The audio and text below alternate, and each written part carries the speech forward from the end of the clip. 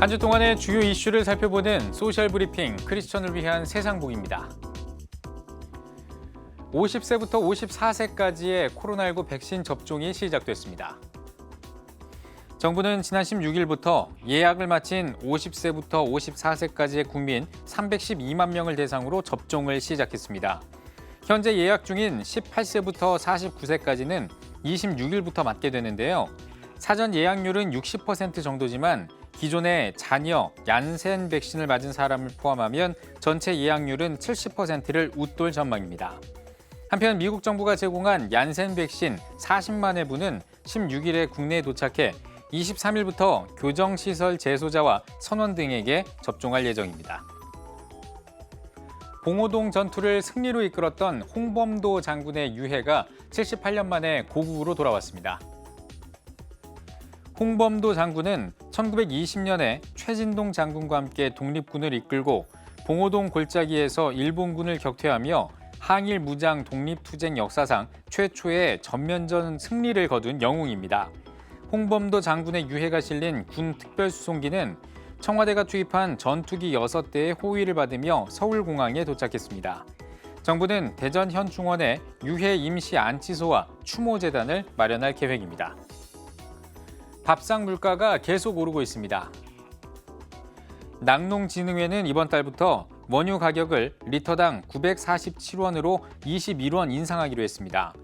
정부는 원유값 상승이 유제품 전반의 가격을 올릴 수 있다고 보고 가격 인상을 미뤄달라고 요청했지만 낙농업계는 더 이상 버티기 어렵다는 입장을 내비쳤습니다. 이에 더해 달걀값은 벌써 한 판에 7,000원을 넘어섰고 라면과 농수산물 가격도 줄줄이 오르고 있어 우려의 목소리가 나오고 있는 상황입니다. 제주도가 사회적 거리두기 단계를 4단계로 격상하기로 했습니다. 제주도는 그동안은 다른 지역 확진자와의 접촉으로 확진자가 발생했지만 7월 말부터는 도내 확진자를 통한 집단 감염으로 전환되고 있다며 18일부터 사회적 거리두기 4단계를 적용한다고 밝혔습니다. 거리두기가 격상되면 해수욕장은 일시 폐장되고 사적 모임 인원도 제한되는데요. 일각에서는 광복절 대체 연휴가 끝나고 거리두기를 적용하는 것과 관련해 소 잃고 외양간 고치기 아니냐 등의 비난 여론이 일고 있습니다. 올해 7월이 142년 기상관측 사상 가장 더웠던 것으로 나타났습니다.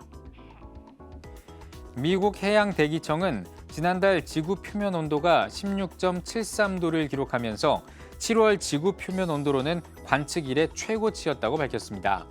이는 20세기 평균인 섭씨 15.8도보다 0.93도 높은 수치인데요.